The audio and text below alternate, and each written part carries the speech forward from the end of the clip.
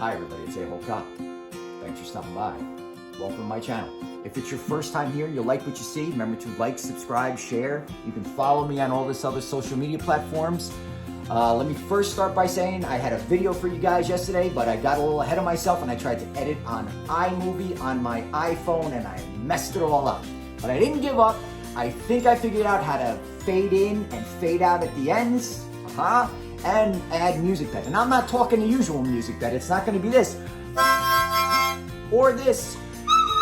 It's going to be like legit uncopywritten music. So stay tuned for that. So let's get right into it.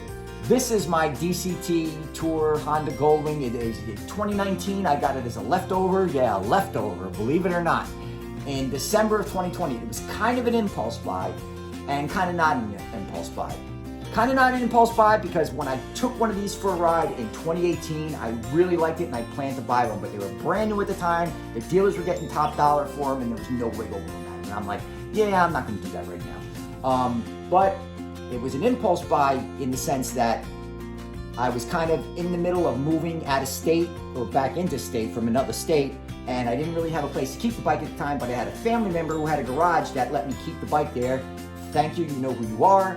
And so I didn't really ride the bike the first year because once I got settled in my house, you know, you got new house stuff to do, you know, you get cleaning up, doing all this stuff. But when I did finally start riding it again, I found the seat, the factory seat, a little uncomfortable.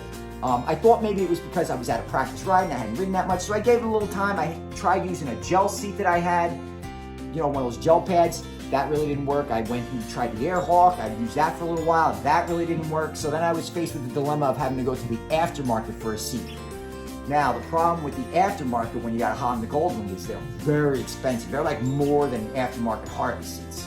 So I wanted to make sure I did it right. I did a little research. I, you know, looked everything up. I also have some back and some hip issues, so I ended up going with the Russell DeLong seat because they kind of make the seat tailored for the individual. You have to fill out an order form, you have to give them your height, you have to give them your weight, you have to give them all this other information. You have to even send them pictures of how you want to sit on the bike and where you want to be on the bike, which I kind of appreciated because I that's what I was looking for.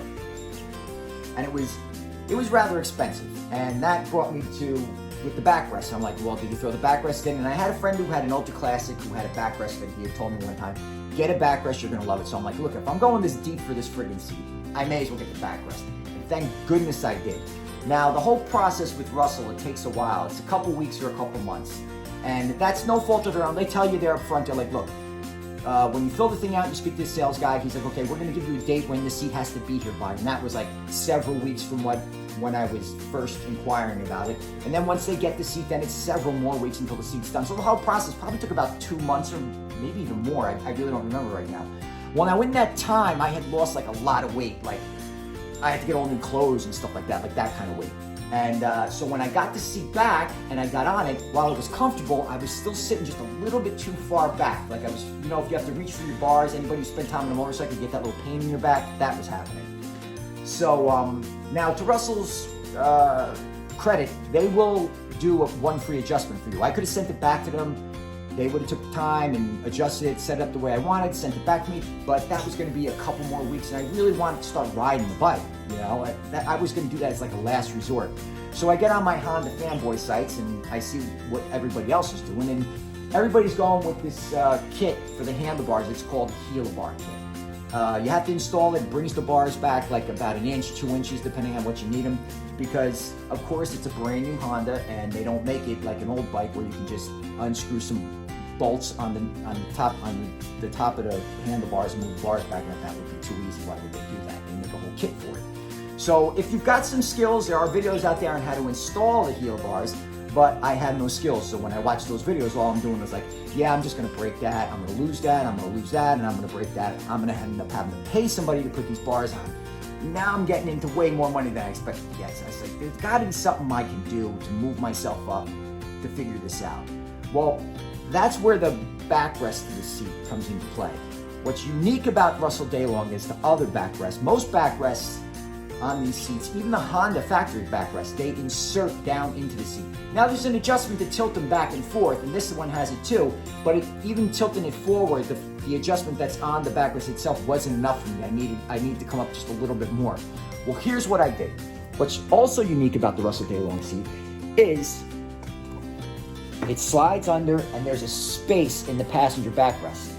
So what I did, I went to the dollar store and I got a pool noodle. And as you can see, it fits perfectly in that spot. So after trying it out for like, an hour, I figured out where I needed to be. Cut myself a little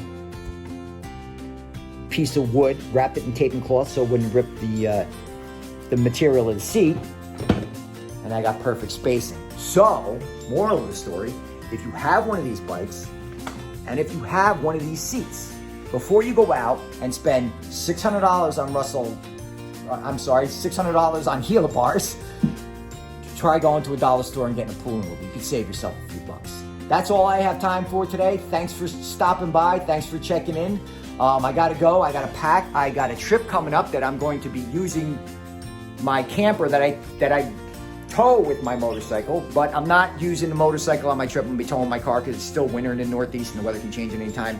But I have some tips and tricks and some hacks on this that I'll be showing you when I'm in sunny Florida doing some bicycle riding. So I'll be filming some videos about that. Maybe we'll drink some beers. Maybe we'll tell some jokes.